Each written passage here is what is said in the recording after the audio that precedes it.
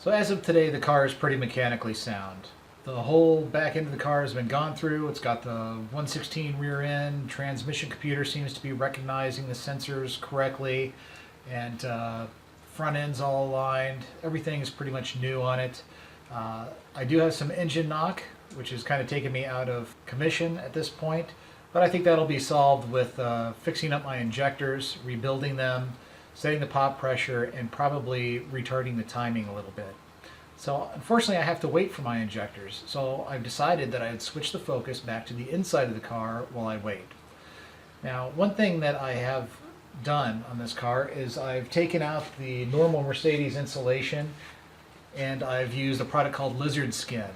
Now, Lizard Skin is a heat shield as well as a sound deadener. It has 2 layers on it, and it's very dense, but it's not as bulky as the kind of foam tar Mercedes insulation.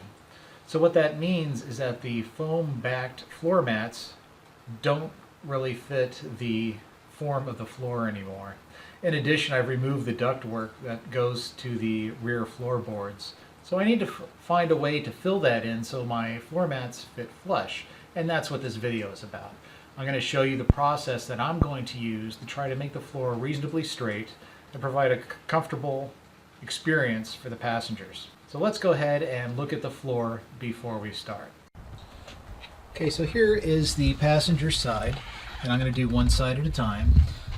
Now, as you can see, the original ductwork originally came around this lump here and went to the back through the floor here. Now that is gone.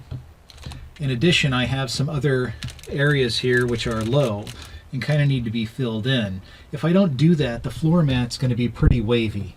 This is actually some film I use when pulling carbon or fiberglass parts, and I'm going to go ahead and spray it down with this ease release. So it's a mold release agent. Now let's go look at the products I'm going to use to level it out.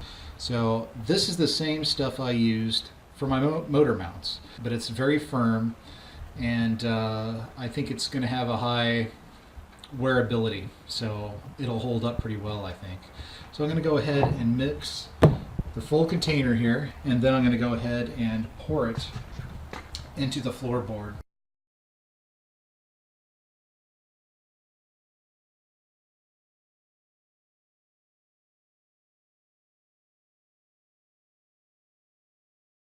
Okay, so now it's the moment of truth.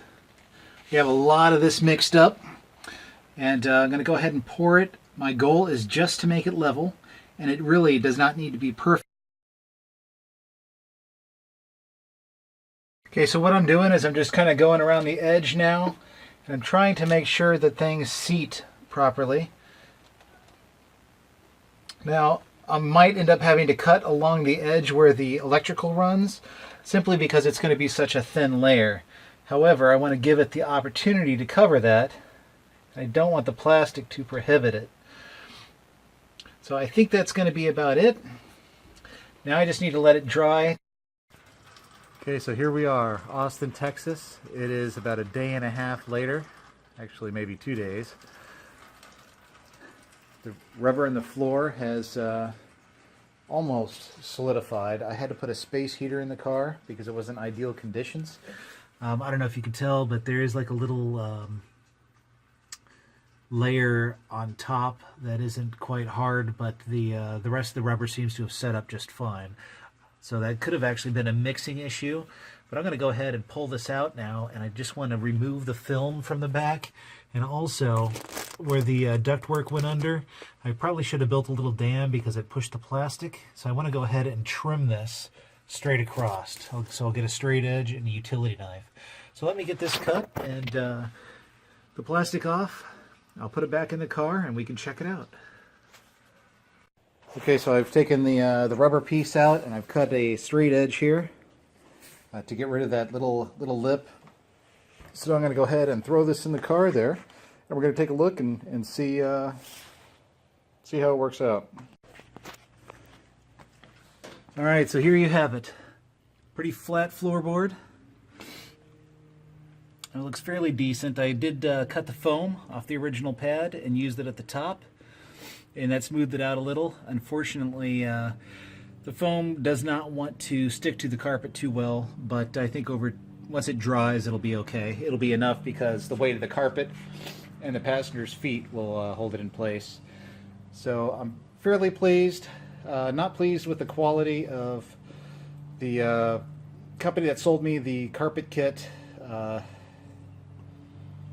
I could go on a long rant about that. They are just very poor customer service, and some of the pieces are cut a little small, so I have slivers of lizard skin peeking through. Other than that, I think it'll look okay. It'll be good enough for this car. Thanks for watching.